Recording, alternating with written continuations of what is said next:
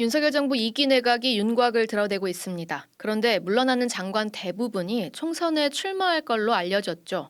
국정을 더 잘하기 위한 개각이 되어야 할 텐데 총선용 개각이라는 비판이 벌써 나오고 있습니다. 권영철 대기자 나와 있습니다. 어서 오세요. 안녕하십니까. 네, 지금 2기 내각 개편이 아직 진행 중인 거죠? 그렇습니다. 지금 말씀하신 대로 6개 부 장관하고 방통위원장 후보자는 지명이 됐고요. 예.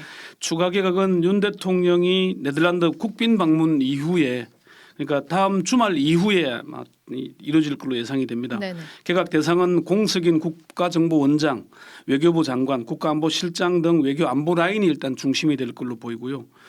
국정원장에는 조태용 국가안보실장이 이동하는 걸로, 그리고 후임 안보실장에는 북핵 전문가인 이용준 세종연구소 이사장이 유력하게 거론이 되고 있습니다.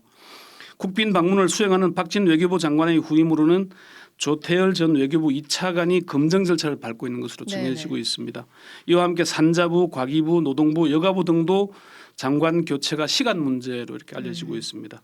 2기 내각은 내년 초쯤 한동훈 법무부 장관을 교체하는 걸로 마무리될 걸로 전망이 됩니다. 마지막 수순이 한동훈 장관인 건가요? 그렇게 관측이 됩니다. 한 장관은 연말 혹은 내년 연초에 원포인트로 교체될 걸로 전망이 됩니다. 예. 내년 총선에서 여권의 최대 카드로 꼽히는 한 장관이 법무부가 추진해온 출입국 이민관리청 문제를 매듭짓고 총선에 나서지 않겠냐, 이런 관측이고요. 예. 한꺼번에 개각 명단을 발표하기도 합니다마는 그렇게 될 경우에 한 장관에 대한 주목도는 크게 떨어지겠죠. 네네. 윤석열 정부 2기 내각 구성 마지막 인사로 마무리해야 이른바 한동훈 효과도 커지지 않겠습니까?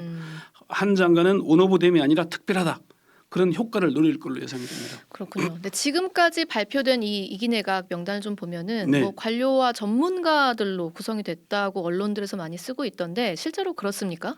2기 내각의 가장 큰 특징은 일단 서호남, 서울대 50대 남성에서 벗어나려 했다는 점입니다. 네네. 1기 내각이 서호남 중심이었다면 지명된 2기 내각의 절반이 여성 후보자라는 것이 일단 눈에 띕니다.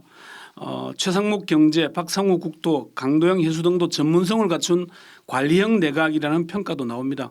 그렇지만 한 발 더 들어가서 보면은 국정 쇄신의 의지가 있는 거냐 하는 의문이 들기도 합니다. 어떤 면에서 그런가요? 우선 최상목 경제부총리 후보자입니다. 최 후보자는 대통령직 인수위 경제 1분과 간사를 시작으로 윤 대통령 취임 이후에 줄곧 경제정책 설계와 입안에 깊숙이 관여를 해왔잖아요. 예. 지금 우리 경제가 고금리, 고물가, 저성장 구조로 고착돼가는 예. 그런 구조인데, 그러면은 최상목 부총리로 이 위기 타개가 가능하겠냐는 의문이 들 수 있죠. 김대기 비서실장의 최 후보자에 대한 추천의 말을 먼저 한번 들어보시죠. 후보자는 정통 경제 관료로서 대통령실의 경제금융비서관도 하고 또 기재부 일청을 거치면서 거시금융 등 그 경제 전반에 걸쳐 아주 해박한 지식과 또 통찰력을 가지고 계신 경제정책 분야의 최고 전문가이십니다.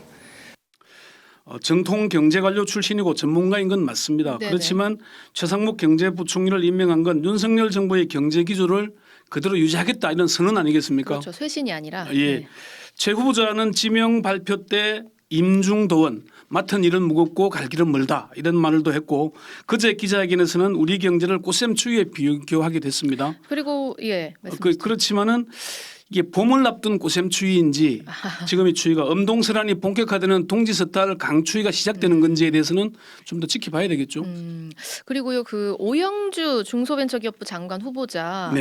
의 경우는 좀 전문성과도 좀 거리가 멀어 보인다, 그렇게 보입니다. 의외의 발탁 인사, 이런 네네. 평가가 좀 많습니다. 오 후보자는 대통령직 인수위에서 외교 분과 전문위원으로 활동하다가 6개월여 만인 지난해 10월에 베트남 대사로 발령이 났고요.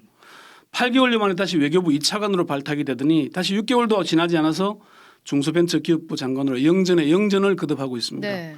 오 후보자는 문재인 정부에서 강경화 외교장관의 특보로 발탁이 되면서 주목을 받기 시작을 했거든요. 당시에는 유엔 통으로 알려졌는데 어느새 경제통으로 진화를 했나 봅니다. 그러게요. 그 비결 뭘까요? 이렇게 급작스럽게 인사의 변동이 있는. 외교가에서는 여러 가지 설들이 나돌고 있습니다. 정황상 맞는 것도 있고 입증되지 않은 말들도 있는데요. 예. 다만 오 후보자의 남편이 MB정부 민간인 사찰 은폐에 연루됐던 장성명 전 공직기강 비서관이거든요. 윤석열 대선 캠프에서 전략기획을 담당했던 걸로 알려지고 있고요. 장 비서관은 지난해 연말 신년 특사 때 복권이 됐습니다. 장 전 비서관이 김태호 안보실 1차장과 친분이 두터운 걸로 알려지고 있는데 김태호 안보실 1차장이 안보 실세라고 불리잖아요. 네네. 그래서 베트남 대사, 외교부 차관 발탁, 중기부 장관 후보자까지 영향을 미쳤지 않느냐는 게 그런 뒷얘기들이 들리고 있습니다.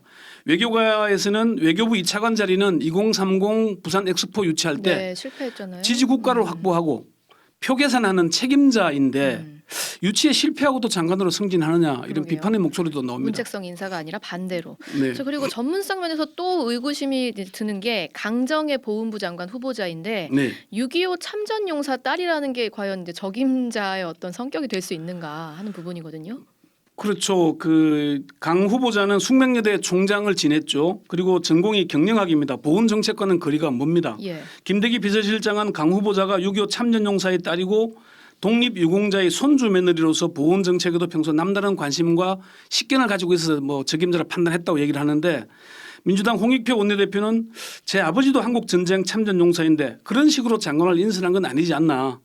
라면서 가족이라서 했다. 이건 납득하기 어렵다 이렇게 얘기를 하게 됐어요. 그렇군요.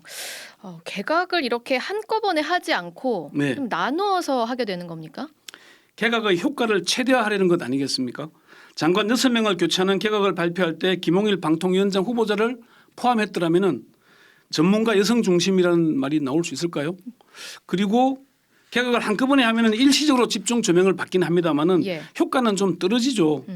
그래서 윤 대통령이 연말이나 연초에 한동훈 장관 원포인트 개각을 하면서 계속 주목을 받겠다 이런 의도 아니겠냐는 풀이가 나오고요. 예. 사실 이번 개각을 총선용 개각이라고 평가하지 않습니까? 네네. 교체자 장관 6명이 모두 출마할 걸로 관측이 되는데 추가 개각도 그럴 거고요. 그래서 국정 쇄신용이라는 평가는 좀 받기가 어려운 개각 아니냐 그런 평가들이 많습니다. 네, 여기까지 권영철 대기자였습니다.